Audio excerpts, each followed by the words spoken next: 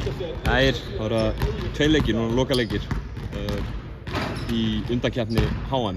Ef ég hefði gefið þér fyrir 4 árum að Ísland væri í þessari stöðu, þú hefði væntanlega tekið. Tekið hann séns allan daginn. Já. Og nei, bara mega peppaðir. Þú veist, það Evrópumeistarar og heimsmeistarar að mæta í hús og þarf ekkert mikla mótværingu og miðið á HM í boði og eitthvað svona, þannig að bara peppaðir.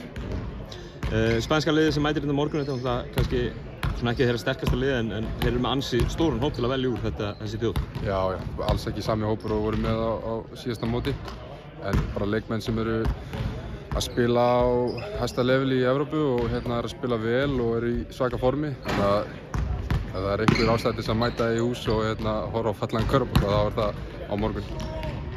Full höll væntanlega hérna á annað kvöld og svo önnur full höll sem bíður 10.000 brjálaðir Georgíumenn í seinni leiknum.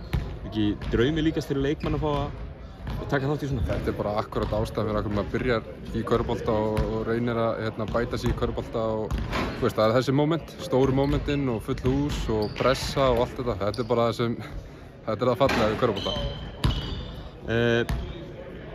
Síðasti gluggi, ég meina þið tapið 2 leikjum, tapið naumlega hérna heima og ég ætlum að gefa mér að það hafi settið í ykkur aðeins, tapið á móti Georgíu hérna heima, tapið svo úti fyrir Úkraínu úti í Lettlandi. Hvaða reynslu takið úr þeim glugga inn í þennan?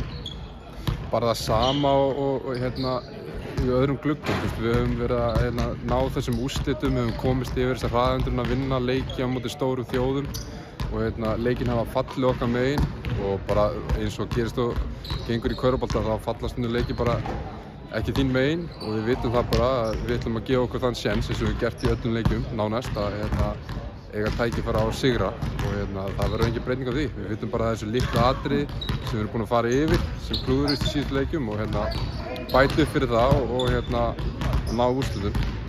Alveg að lokum fyrrum fyrirliða liðsins, Hlyn Bæringsson, aftur inn í hópinn. Hvernig er að fá þá kempu inn í klefann? Bara geggja, eins og ég segi, bara ef þú vilt taka einhvern mann með þér í stríð þá er það hann. Við sjáum hann í Keflavík að skruta sig eftir einhvern bolta og reykja undir húsi og eitthvað. Það er bara, þú vilt þannig mann með þér og ef það gefur þér 0,1% til þess að vinna körfuboltaleik, þá tekur það möguleika. Bestu þakkir Ægir og gangi ykkur vel. Takk fyrir það.